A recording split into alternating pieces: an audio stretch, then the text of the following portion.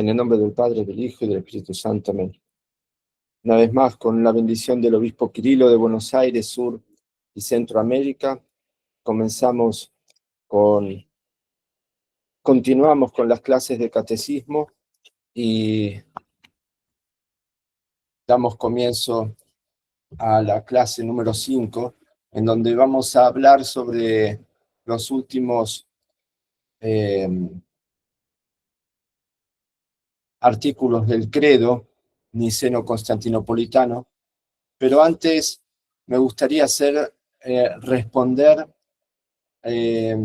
por este medio a una muy interesante pregunta que hizo Emanuel en el chat y que nuestro lector Serafín la respondió muy bien, pero por ahí no todos pudieron ver la respuesta, entonces, y además para que quede grabada en la charla, ¿no? Porque es una pregunta muy importante. Voy a ver si puedo hacer captura, compartir la pantalla. Primero voy a agregar a los que están queriendo venir.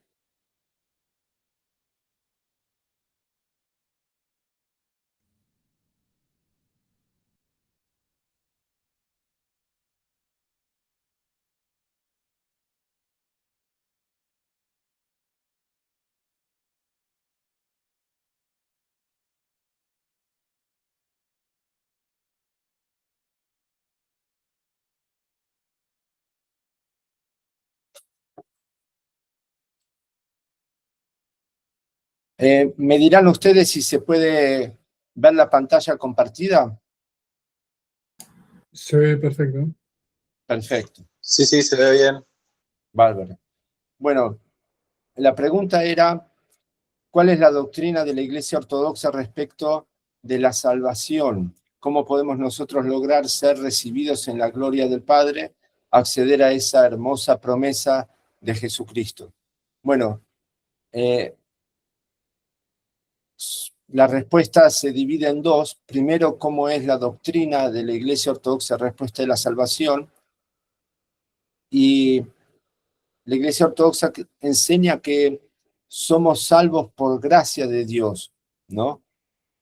¿Y por qué? Porque lo dice en Efesios 2, 8, 9, el apóstol Pablo, que dice, porque por gracia sois salvos por medio de la fe. Y esto no de vosotros, pues es un don de Dios, no por obras para que nadie se gloríe. ¿Qué significa esto? Que no somos salvados por nuestras obras, sino que somos salvados por un don de Dios, que Jesucristo vino al mundo para vencer a la muerte, ¿no? Si Él no hubiera venido al mundo y si Él no hubiera vencido a la muerte y no hubiera resucitado, entonces nuestras obras nunca podrían levantarnos de la muerte, ¿no? Entonces, por eso el apóstol Pablo dice, no por obras, para que nadie se gloríe. No significa esto que las obras no sirvan. Claro que son necesarias porque el apóstol Santiago dice, la fe sin obras es muerta. Nosotros, si tenemos fe, debemos mostrar esa fe con obras. Debemos hacer que nuestra fe sea una fe viva, sea una fe completa a través de nuestras obras. Pero las obras, ni siquiera tampoco nuestra fe, servirían si Cristo no hubiera resucitado, porque nuestras obras no nos pueden levantar de la muerte. Entonces, por eso es que Cristo vino al mundo para vencer a la muerte, y una vez que venció a la muerte, nos abre nuevamente las puertas del paraíso que estaban cerradas. Y la segunda parte de la pregunta, ¿cómo podemos nosotros lograr ser recibidos en la gloria del Padre y acceder a esa hermosa promesa de Jesucristo? Ahí Serafín le respondió muy bien y él decía con arrepentimiento, ¿no? Con arrepentimiento, con ayuno, con oración. Y eso significa la teosis o deificación. La Iglesia Ortodoxa explica que el objetivo de esta vida es unirse a Dios el Creador por medio de adquirir el Espíritu Santo como hicieron los santos. Es decir, que nuestro objetivo en esta vida es adquirir, como dice San Serafín de Sarov, cuando en el libro de Conversaciones con Motovilov Motovilov le pregunta a San Serafín cuál es el objetivo en esta vida, y él dice la adquisición del Espíritu Santo. No dice rezar, ayunar, portarse bien. Esos son todos medios para adquirir el Espíritu Santo, que es el objetivo principal. Y adquirir el Espíritu Santo, ¿por qué? Porque de esa manera nos volvemos a unir con Dios, nuestro Creador. Y ese es lo más importante, volver a unirnos con Dios, nuestro Creador. ¿Y por qué? Porque así fuimos creados. Perdón, voy a admitir a uno más. Ahí está. Así fuimos creados.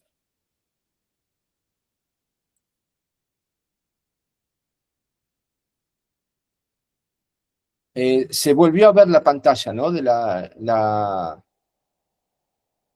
el texto. Sí, sí, se ve perfecto. Gracias, perdón. Así fuimos creados por Dios el Creador. Él creó a Adán y a Eva, y antes de la caída, Adán y Eva tenían una plena unión con el Espíritu Santo. Y de esa manera funcionaban bien. Entonces, como ya hemos hablado, la desobediencia y la caída en el pecado produjo que el Espíritu Santo se alejara de Adán y Eva, y de esa manera se alejara de todo el género humano posterior. Y por eso Cristo vino a restaurar la vida eterna en el ser humano que había perdido al entrar la muerte, y también en Pentecostés nos devuelve el Espíritu Santo. Por algo lo envió en Pentecostés, no por una cuestión de simple gusto, sino por la necesidad.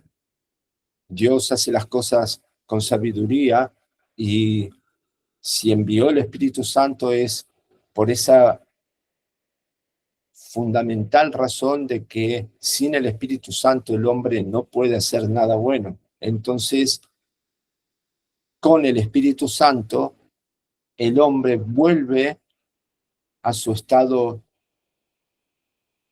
natural como había sido creado, ¿no? Entonces, por eso es que la teosis o deificación es eso, es unirse a Dios por medio de la adquisición del Espíritu Santo. Y porque Dios mismo dijo, dioses son ustedes al ser humano, ¿no? Y yo los he creado como dioses, dioses con minúscula, obviamente, porque el hombre es el rey de la creación. El ser humano es el rey de la creación. Él creó primero a toda la creación, a los, al cielo, a la tierra, las estrellas, el sol, el agua, la tierra, la vegetación, los peces, los animales, y luego, por último, crea al hombre y le dice, hagamos al hombre a nuestra imagen y semejanza. Es decir, que lo crea distinto a toda la creación, es decir, que lo crea como el rey de toda la creación.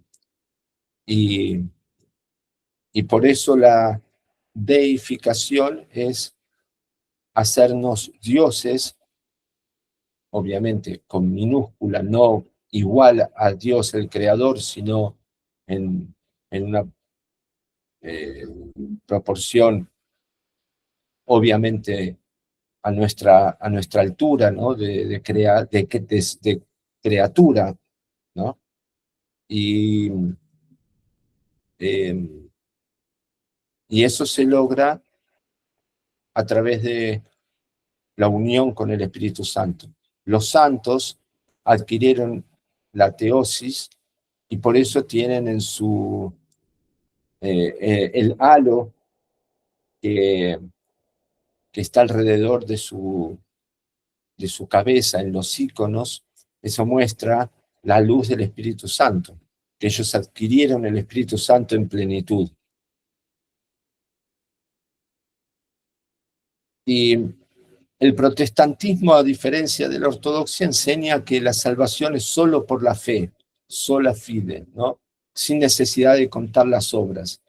Pero bueno, esa enseñanza contradice las Sagradas Escrituras porque la fe sin obras es muerta y además es como un estado pasivo el que propone el protestantismo. A ver, perdón, creo que hay alguien más que quiere entrar. No. Es un estado pasivo el que propone el protestantismo porque, porque es como que se consideran ya salvos en vida, ¿no? De alguna manera. Y entonces no hace falta ayunar, no hace falta eh, trabajar en, los, en las pasiones de uno mismo, no hace falta la confesión, la comunión, no tienen erradicaron los sacramentos, entonces eso contradice a las Santas Escrituras de que uno tiene que, si bien somos salvados por la gracia de que Dios vino y resucitó y venció a la muerte, de todas maneras tenemos que prepararnos, tenemos que cumplir con los mandamientos que Dios nos dio. Para algo nos dio los mandamientos, para algo Cristo mismo nos dio su cuerpo y su sangre y dijo, hagan esto en conmemoración mía.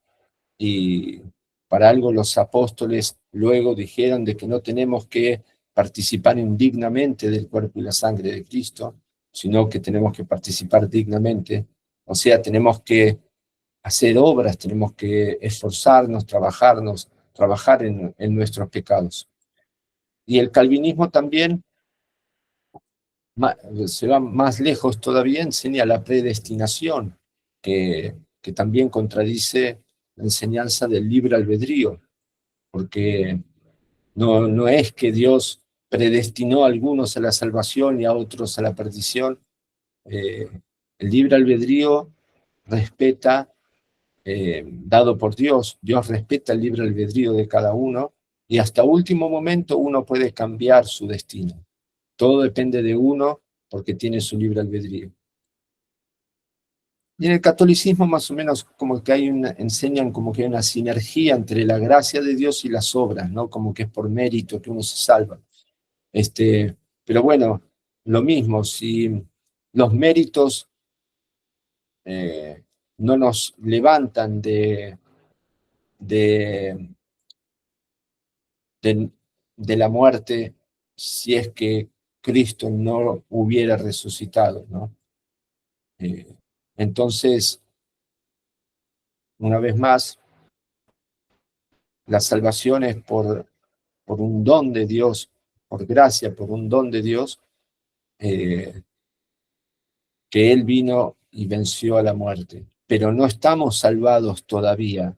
Tenemos que hacer esa deificación para poder ser dignos de que Dios nos salve, ¿no? De que Dios en el juicio final nos considere y que en el juicio final va a venir y va a separar a los que se salvan de los que se pierden, y que Dios nos considere entre los que seamos salvados. Y eso lo logramos, tenemos toda nuestra vida para alcanzar, ser dignos del reino de los cielos.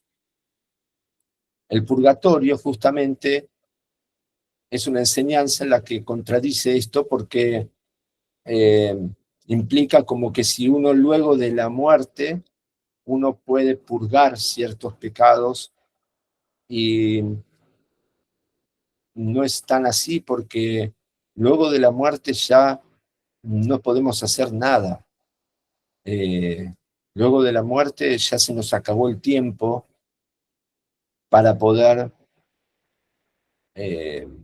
trabajar en nosotros mismos para adquirir, para ser dignos de que Dios nos salve. Todo lo tenemos que hacer en vida, como dice la parábola de Lázaro y el rico, ¿no? ¿Se acuerdan que Lázaro era el pobre que estaba afuera esperando que el rico pudiera darle algo de comida que sobraba de la mesa de él, y no le da, y luego muere Lázaro y muere el rico, y el rico está en el infierno soportando la tortura, y le pide a Abraham, que lo ve desde lejos, que envíe a Lázaro para que le calme, le traiga algo de agua y le calme el sufrimiento, ¿no? Y Abraham dice que no se puede pasar a ese lado. Es decir, que una vez que morimos, se nos acaba ese tiempo que tenemos, que Dios nos da. Lo único que nos puede ayudar una vez que morimos es la oración de la iglesia terrenal, es decir, la oración de nuestros seres queridos vivos que rezan por los difuntos, ¿no? Cuando una persona muere, lo único que la puede ayudar es la oración de la iglesia por esa persona. Por eso la iglesia reza por los difuntos. Tiene sentido rezar por los difuntos, porque esa oración Dios la recibe y ayuda. Es así, ayuda al difunto, ¿no? La iglesia ortodoxa enseña que cuando una persona muere, en el 40º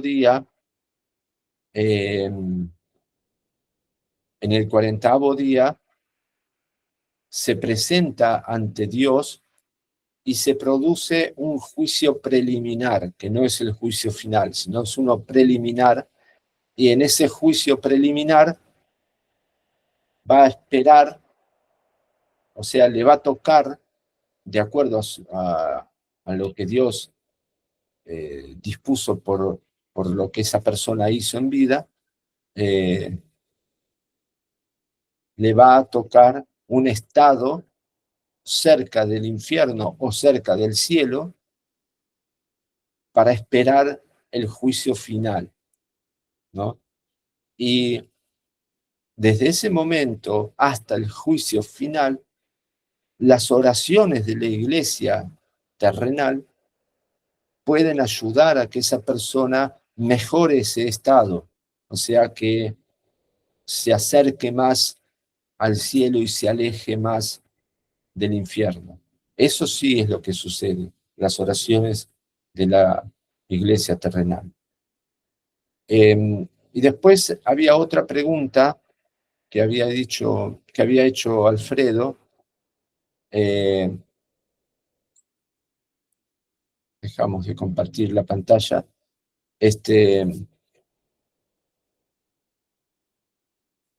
Alfredo había preguntado por qué no se incorporó al credo el descenso a los infiernos y posterior sepultura del Señor, ¿no? Y el descenso de Cristo al infierno no se incluyó en los símbolos de la fe, porque era como que ya estaba de alguna manera incluido cuando dice que fue sepultado y que resucitó al tercer día, ¿no? Que cuando en el credo niceno-constantinopolitano habla de que fue sepultado y luego resucitó al tercer día, de esa manera ya, de alguna manera, hablan sobre el descenso al infierno. Y pero claro que es una interesante pregunta porque el descenso al infierno es muy importante en la teología de la salvación, porque justamente por todo lo que hablamos, Cristo el Viernes Santo muere y el Sábado Santo desciende a los infiernos, desciende al Hades y lo vence al Hades. Por eso el Sábado Santo es la victoria del Hades, de Cristo sobre la muerte. Y el domingo resucita, por eso resucita el tercer día, ¿no? Tercer día es viernes, sábado y domingo. Bueno, ahora pasemos a la segunda parte, al credo, ¿no? Vamos a ver si puedo volver a compartir la pantalla.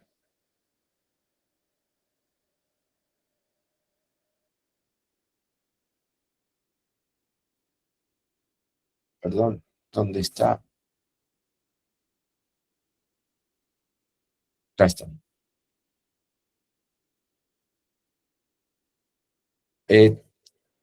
Habíamos hablado hasta el punto 6, ¿no? Que ascendió a los cielos y está sentado a la diestra del Padre. Ahora con el punto 7, que vendrá otra vez con gloria a juzgar a los vivos y a los muertos y su reino no tendrá fin. Este punto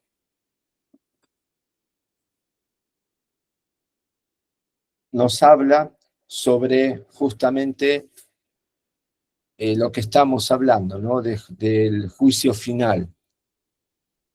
Y está hablando y está enseñando casi como dogmáticamente que va a haber una segunda venida de Cristo, ¿no? Y que esa segunda venida va a ser en el fin de los tiempos, porque después dice, para los vivos y a los muertos, y su reino no tendrá fin.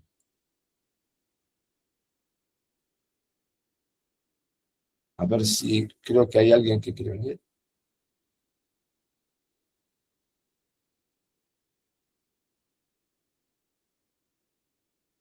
Bueno,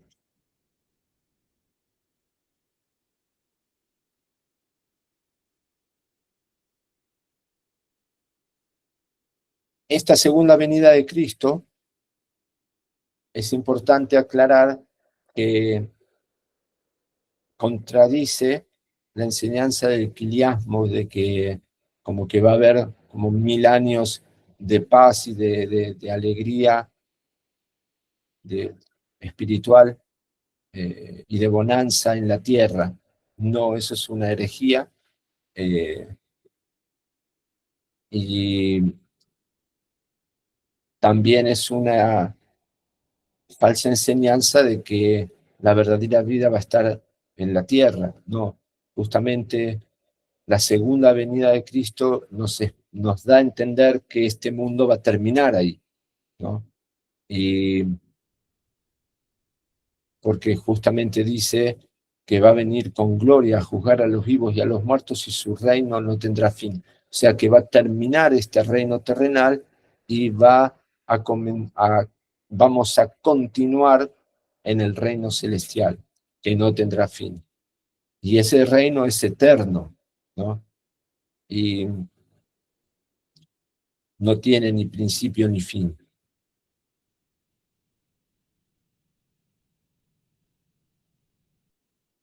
¿La segunda venida de Cristo va a ser diferente a la primera?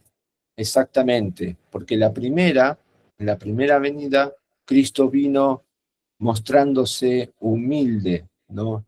Él vino como un niño, nació como un niño, nació en un pesebre, o sea, humildad, pobreza, no vino como el rey de la gloria como lo es, sino que quiso mostrarnos humildad, pero la segunda venida va a ser distinta y ahí sí va a ser con gloria. Por eso dice, y vendrá otra vez con gloria a juzgar a los vivos y a los muertos. Ya esta vez no va a ser necesario que venga con la humildad con la que vino antes, sino que va a venir, es necesario que venga con gloria y con temor, que todos tengamos ese temor hacia esa segunda venida de Cristo.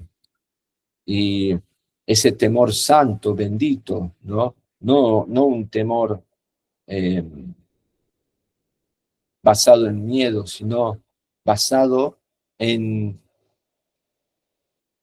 que no nos quedemos sin cumplir con su voluntad. Ese es el verdadero temor cristiano, que no cumplir con la voluntad de nuestro Padre.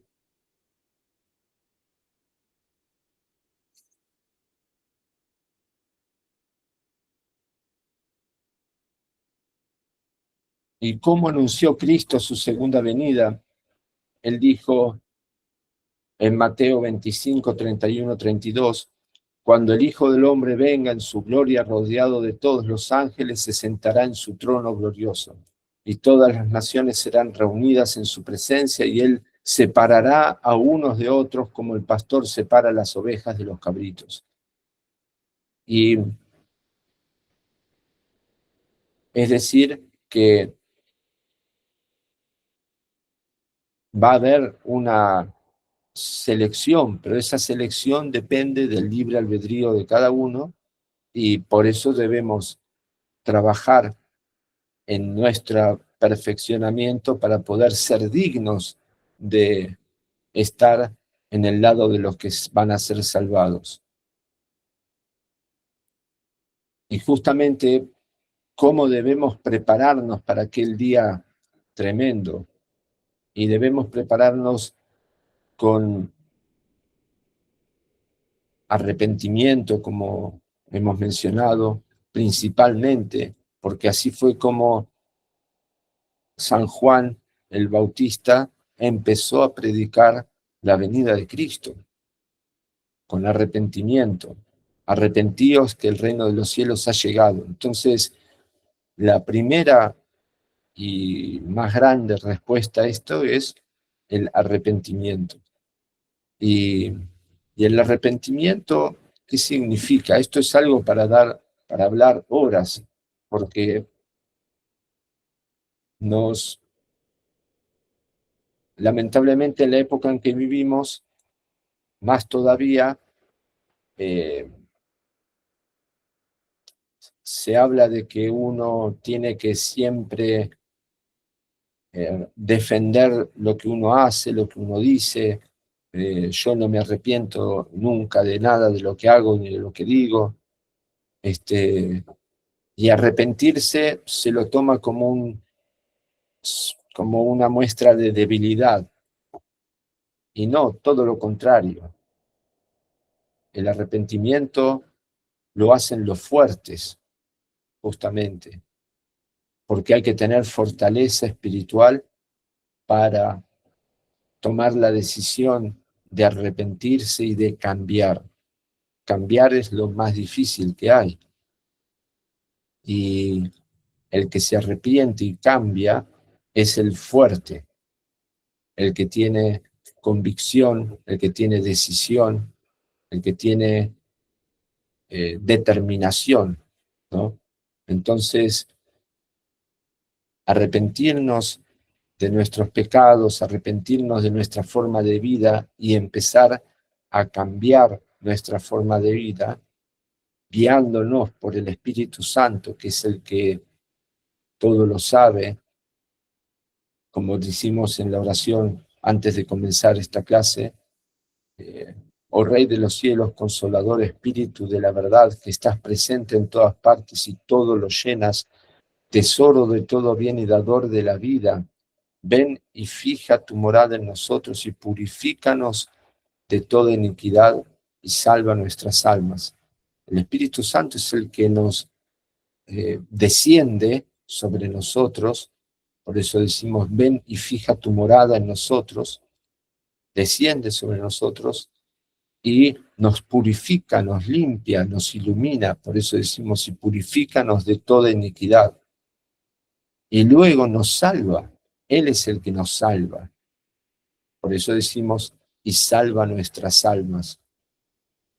Ahí está el proceso de salvación, que la teosis, como decíamos antes, de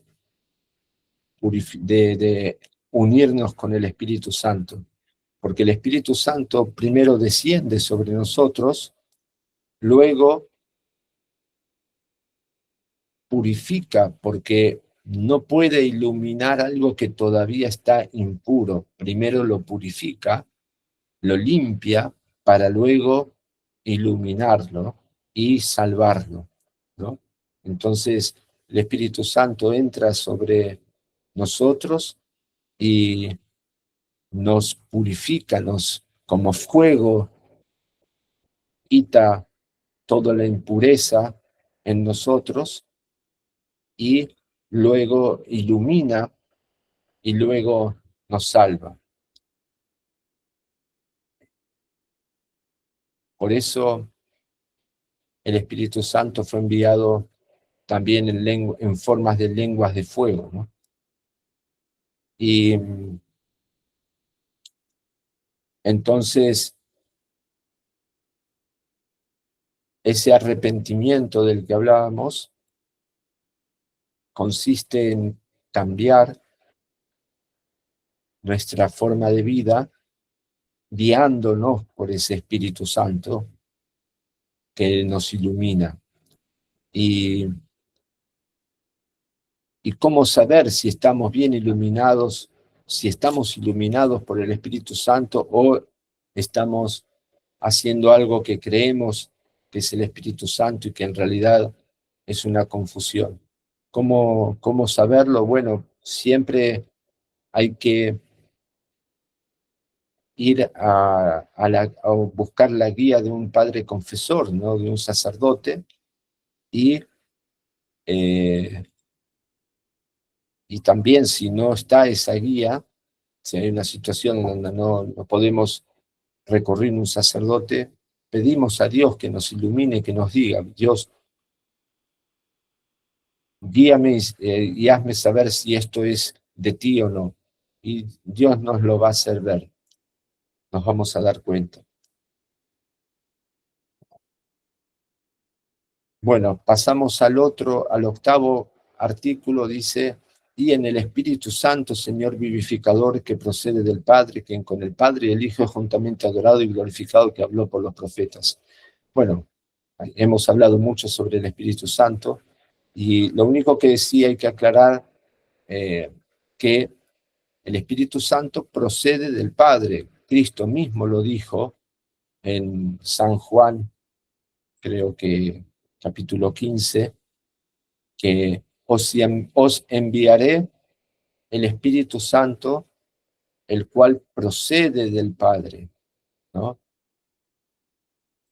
Y acá, bueno, como todos saben, el catolicismo romano, luego del cisma, bueno, empezó un poco antes la enseñanza del filioque, pero luego del cisma lo introdujo en el credo niceno-constantinopolitano, en donde agregó la palabra filioque, que dice que el Espíritu Santo desciende del Padre y del Hijo, ¿no? Y no es una enseñanza aceptada por la Iglesia Ortodoxa, primero porque, bueno, el credo niceno-constantinopolitano fue escrito así, se dijo en los siguientes concilios ecuménicos, hasta el séptimo, que no se debía cambiar ninguna coma del símbolo niceno-constantinopolitano, que estaba afirmado y reafirmado, ¿no? Entonces, no hay error en este credo. Y segundo, porque Cristo mismo dijo que el Espíritu Santo procede del Padre. Una cosa es la procedencia y otra cosa es el envío. Uno puede enviar algo que procede de otro, ¿no? Y en este caso, Cristo, el Hijo de Dios, la segunda persona de la Santísima Trinidad, envía el Espíritu Santo al mundo, pero lo envía, pero procede del Padre. La procedencia es más importante. Y si procediera del Padre y del Hijo, daríamos a entender como que hay dos voluntades en Dios, la voluntad del Padre y la voluntad del Hijo. Y no es así. En ellos hay una sola voluntad. Entonces, por eso es que el Espíritu Santo es enviado por el Hijo y procede del Padre. Y es juntamente adorado y glorificado con el Padre y el Hijo, es decir, que es igual al Padre y al Hijo. Y esto fue agregado al credo para contradecir a Macedonio, que en el concilio segundo enseñaba que el Espíritu Santo era creado por Dios, y no es creado por Dios. El Espíritu Santo, al igual que el Hijo de Dios, no son creados por Dios Padre, sino que el Hijo nace del Padre y el Espíritu Santo procede del Padre. Pero no son creados porque si fueran creados, hubiera existido un tiempo en el cual no hubieran existido, porque todo lo creado tiene un principio, ¿no? Y que hubo un tiempo en el cual no existieron antes de su creación. Pero no podemos decir que el Espíritu Santo tuvo un tiempo en el cual no existió, ¿no? El Espíritu Santo es eterno, junto con el Padre y el Hijo. Por eso es que en el credo se agregó que es juntamente adorado y glorificado, y que habló por los profetas. Esto es fundamental porque une al Nuevo Testamento con el Antiguo Testamento, ¿no? Que el Antiguo Testamento es parte del cristianismo. Habló, el Espíritu Santo habló por los profetas. Por eso el Antiguo Testamento está colmado de preimágenes que hablan sobre la venida de Cristo, sobre la resurrección, sobre la Madre de Dios, muchas preimágenes. Y los profetas cuando profetizaban, estaban hablando por medio del Espíritu Santo. Luego en el capítulo 9 creemos en la Iglesia, que es una santa, católica y apostólica. Una, ¿por qué? Porque no hay dos, no hay tres, no hay 10. Por eso es que la Iglesia es una. No puede haber Iglesia ortodoxa e Iglesia católica romana e Iglesia protestante o cualquier otra, o Iglesia bautista. No, hay una Iglesia, ¿no? Y por eso la Iglesia ortodoxa dice que es es la única y verdadera Iglesia. ¿Por qué? Porque conserva los dogmas tal cual fueron instituidos en los primeros 1000 años del cristianismo, ¿no? Y fueron no solo instituidos, sino afirmados y reafirmados en los siguientes concilios. 1000 años no es poco. Y entonces por eso la iglesia es una. Es santa porque su cabeza es santa. Y además es una porque Dios es uno, ¿no? Dios es uno. Y no puede haber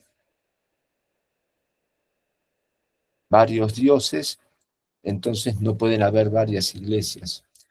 Y la iglesia es santa porque su cabeza, Cristo, es santa y porque está fundada en el Espíritu Santo. Católica porque es para todo el mundo, es universal, es ecuménica. La palabra católica significa universal, que no es para una raza o no es para una nación, no es para los rusos o para los griegos, no es para los blancos y no para los negros, no es para los negros y no para los de raza amarilla, no es para los solamente para los griegos o para los hebreos, es para todo el universo, para todo el género humano, sea de la raza que fuere, sea del sexo que fuere, masculino o femenino, es para todos. Eso significa catolicidad. Y apostólica porque sigue la sucesión de los apóstoles, porque enseña exactamente lo que los apóstoles enseñaron. Luego, en el 10 dice, confieso un solo bautismo para la remisión de los pecados. Acá es fundamental que confesamos el bautismo porque Cristo, justamente, mejor dicho, el profeta Juan Bautista decía, arrepentíos y luego bautizaba. Y Cristo mismo se bautizó para poder renacer nuevamente espiritualmente. El bautismo es la puerta al reino de los cielos, ¿no? Es el símbolo que recibimos con el cual nos hacemos cristianos. Y es esa ferviente decisión de cambiar nuestra vida para guiarla según Cristo, ¿no? Y para seguir a Cristo. Nos bautizamos para revestirnos de Cristo, como decimos en el bautismo. Vosotros que en Cristo os bautizasteis, de Cristo os revestisteis. Y el bautismo perdona los pecados, justamente. Necesitamos que nuestros pecados sean perdonados para alivianar nuestra carga y poder ser dignos de estar en el reino de los cielos. Cristo dijo que si no os bautizarais, si no naciereis del Espíritu Santo, no entraráis en el reino de los cielos. Tenemos que bautizarnos para poder ser dignos de entrar en el reino de los cielos. Y el bautismo es la puerta también para los demás sacramentos. Sin el bautismo es el primer sacramento. Sin el bautismo no podemos participar de la comunión, no podemos participar del casamiento por iglesia, no podemos participar de la orden sacerdotal, no podemos participar de la confesión con la absolución de los pecados. Entonces, el bautismo es el primer paso, es la puerta para luego participar de la crismación y de los demás sacramentos. Espero la resurrección de los muertos, punto 11, y el punto 12, y la vida del siglo venidero. Amén. La resurrección de los muertos, justamente lo hablamos en el artículo 7, que habla de la vida venidera, ¿no? Del reino del fin del mundo, ¿no? Espero la resurrección de los muertos. Y de esta manera explicamos que nosotros esperamos la vida eterna, que confirmamos que Cristo resucitó y confirmamos que abrió la posibilidad, abrió las puertas del paraíso nuevamente, que estaban cerradas con la caída de Adán y Eva en el pecado. Entonces, creemos en que Cristo resucitó y creemos y confirmamos al mundo de que la resurrección de los muertos es real, que Él ya resucitó y que hizo resucitar a muchos santos, a la Madre de Dios y a muchos, a San Juan Bautista y a muchos santos. ¿Y por qué creemos en eso? Porque lo vemos y lo sentimos espiritualmente. Cuando rezamos a la Madre de Dios, sentimos espiritualmente en nuestro corazón que ella está viva, está resucitada y que intercede por nosotros. No necesitamos verlo con nuestros ojos físicos a eso. Ya lo estamos viendo con nuestros ojos del corazón. Ya lo estamos viendo con nuestro espíritu. Lo sentimos. Entonces, cuando sentimos eso, ya no necesitamos verlo físicamente. Entonces, por eso creemos, por eso creemos. Creer significa eso. No tener que ver para creer, sino ya creer con convicción porque lo sentimos dentro nuestro en el espíritu. Entonces, por eso creemos en la resurrección de los muertos, porque cuando rezamos a Dios, a Jesucristo, lo sentimos resucitado. Cuando rezamos, y que es nuestro verdadero Dios, cuando rezamos a la Madre de Dios, sentimos que ella está con su Hijo intercediendo por nosotros, viva. Cuando rezamos a los santos, sentimos que ellos están vivos en el cielo intercediendo por nosotros. Y también creemos en la resurrección de los muertos porque creemos en varios santos o personas que vieron a santos que se les aparecieron, ¿no? Entonces, también creemos por eso. Y creemos en la vida del siglo venidero, o sea, en la vida del siglo futuro, en la vida eterna.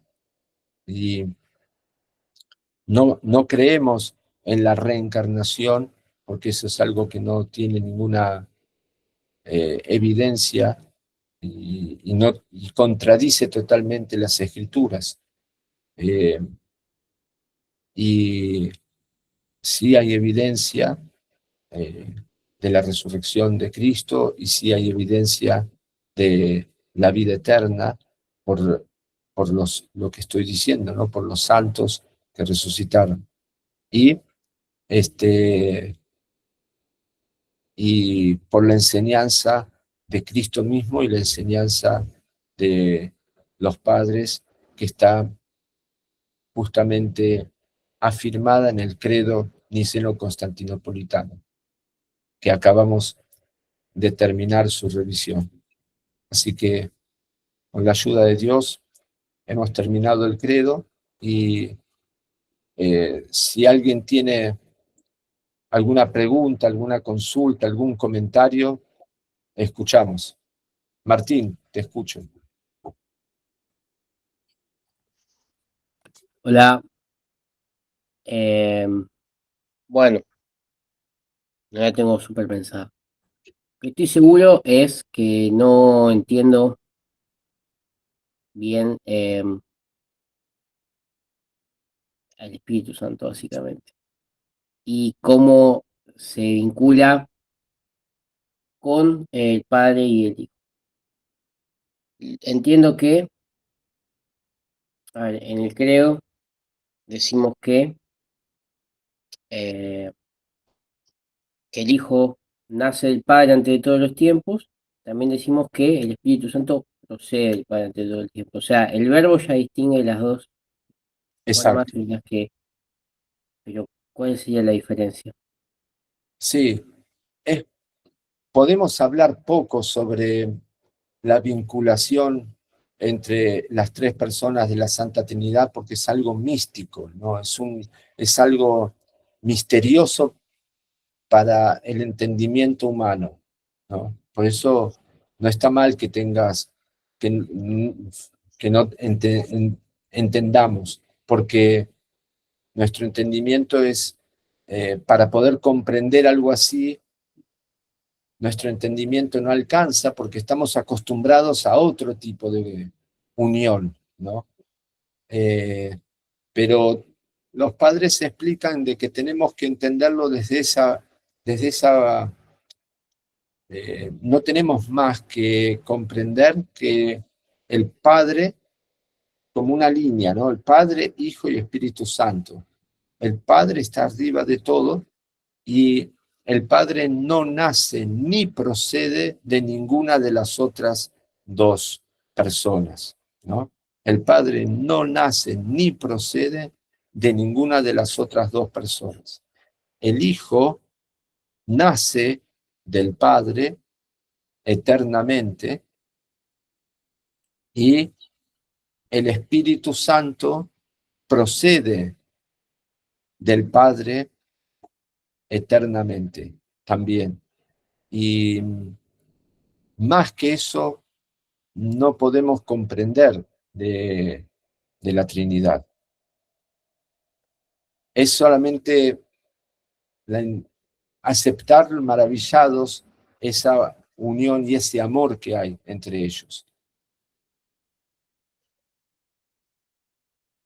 Tengo una otra pregunta, si se puede, si no le quito el espacio a nadie. No, no, claro.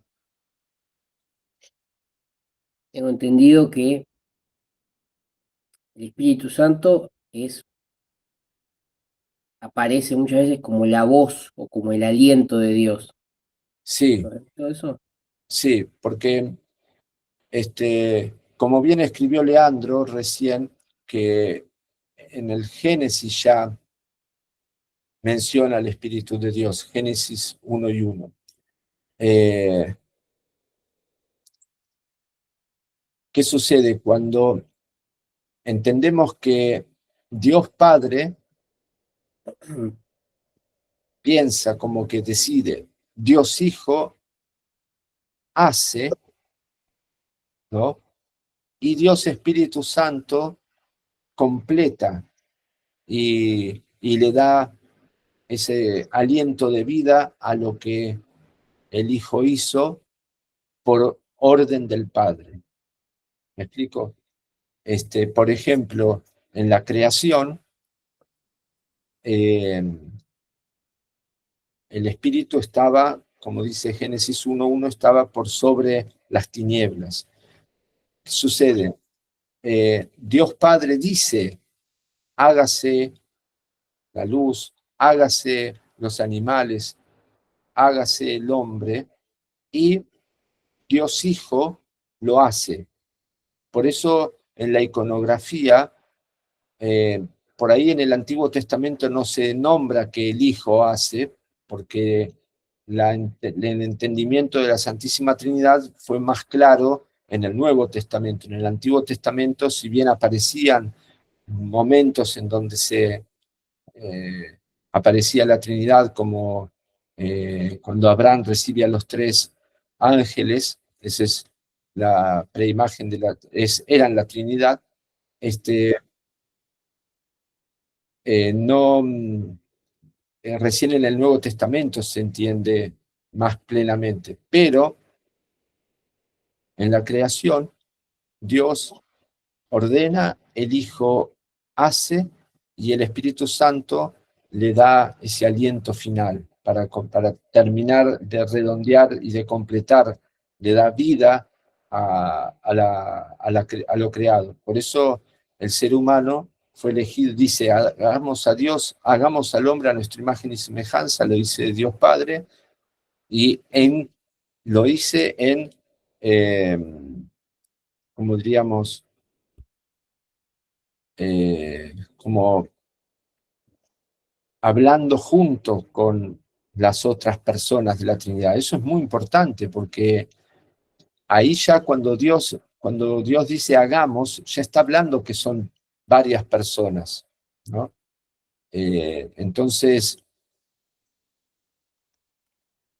en Dios Hijo, Dios Padre dice, Dios Hijo hace al hombre y Dios Espíritu Santo, con ese soplo del aliento de vida, culmina la obra. Así actúa la Santísima Trinidad.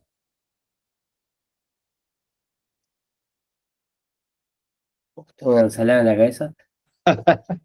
Es que sí son, nuestro entendimiento no llega a esa altura, porque somos criaturas, ¿no? Y a veces es importante aceptar y creer y maravillarse, como dice San Juan Crisóstomo, aceptar maravillados de la belleza de Dios y de su sabiduría, ¿no? Decimos que Dios Padre dice, Dios Padre es el que comanda. Sí, Dios Hijo es Y, el que hace, y entonces, bueno, en el credo ahí lo leímos recién, que el Espíritu Santo habló por los profetas. Tenemos entendido que cuando hablan los profetas, es Dios hablando a través de ellos. también. Entonces, Bueno, pero no hay que tomarlo todo de manera literal, ¿no? Que cuando uno dice que el Espíritu, que el Padre dice, es porque cuando habla sobre la creación principalmente, ¿no? claro, Y, este, y lo mismo que cuando los profetas hablaban por inspiración del Espíritu Santo, porque el Espíritu Santo inspira, pero esa inspiración procede del Padre, porque el Espíritu Santo procede del Padre. ok. Esto era a raíz de, nada, me vino a la memoria la escena de la teofanía donde aparecen los tres juntos, mostrando que son tres personas distintas, y aparece el Espíritu Santo en forma de una paloma y Dios Padre, la voz de Dios Padre del Señor del cielo. Entonces, si Exactamente, si la exactamente. voz era el Espíritu Santo, entonces el Espíritu Claro, Santo es la paloma o es la voz. exactamente. Muy bien, porque eh, el Padre en el cielo dice, este es mi Hijo amado. El Hijo está presente y el Espíritu Santo confirma la veracidad de la palabra de Dios al postrarse la paloma, el Espíritu Santo sobre el Hijo de Dios. El Padre confirma, dice, este es mi Hijo amado. El Hijo está presente y el Espíritu Santo eh, confirma esa palabra. Todo es una misma voluntad y la voluntad es directa, ¿no? De arriba abajo. En cambio, con el filioco es como que hay dos voluntades, del Hijo y del Padre, y con el Espíritu Santo no es directo, sino que es como un triángulo. Y por eso es que no eh, contradice con la enseñanza del credo. Le dejo el lugar a otra persona. Gracias. A ver, acá pusieron otra explicación que escuché sobre la Trinidad, es que como el agua, sólido, hielo, líquido, agua, gaseoso, vapor, son tres estados, pero los tres son lo mismo, pero en distintos estados. Claro, sí, es verdad. La explicación de la Trinidad, ¿no? Que cómo puede ser que hayan tres personas en uno, y bueno, el agua justamente puede estar en tres estados, en el sólido como el hielo, en el líquido como el agua y en el gaseoso como el vapor, pero sigue siendo eh, agua misma, una sola cosa. Y otra explicación para eso es eh, el sol, que el sol es una materia pero que también tiene calor, da calor y da luz, las tres cosas a la vez, ¿no? Entonces, el sol no se puede entender sin el calor y el sol tampoco se puede entender sin la luz que da, ¿no? Si le falta la luz, deja de ser sol, ¿no? Si le falta el calor, también deja de ser sol, ya no es más sol, ya es otra cosa. Entonces la Trinidad se entiende de esa manera, Padre, Hijo y Espíritu Santo. Si no hay uno de los dos, entonces no puede ser, no puede existir sin uno de los tres. Y a la vez se explica por qué se puede tres en uno.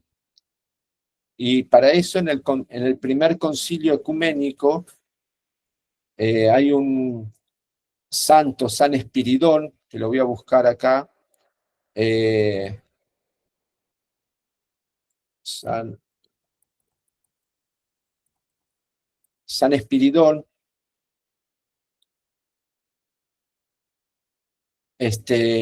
mostró, a ver si puedo mostrar en la pantalla,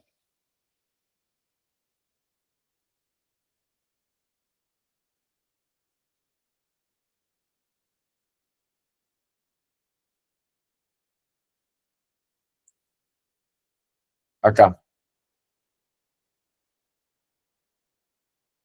Aquí está San Espiridón, que está en el siglo IV, en el primer concilio ecuménico, quiso explicar a Arrio, que él decía que Dios era creado, que la segunda hipóstasis de la Santísima Trinidad era creada, y había que explicar cómo puede ser que haya tres personas en una, o sea, en un Dios, tres personas. Y él, siendo muy humilde, porque era de los más menos cultos, por decir, menos educados, no había pasado por estudios, ni filosofía, ni nada, él era un simple pastor, pero con esa simpleza él toma un ladrillo y dice, el ladrillo está compuesto por arcilla, por tierra, por agua y por la cocción del fuego, o sea, tres en uno. Y es decir, que el ladrillo es ladrillo, pero tiene agua, tierra y fuego. Y entonces él aprieta el ladrillo y milagrosamente sale en ese momento, ¿no? Sale agua, por eso ven aquí el agua, y sale fuego en presencia de todos los miembros del concilio. Eso fue un milagro que hizo San Espiridón apretando el ladrillo para que Dios le concedió ese milagro de mostrar de qué está hecho el ladrillo, de tierra, agua y fuego. Y así mostró que el milagro de la Santísima Trinidad.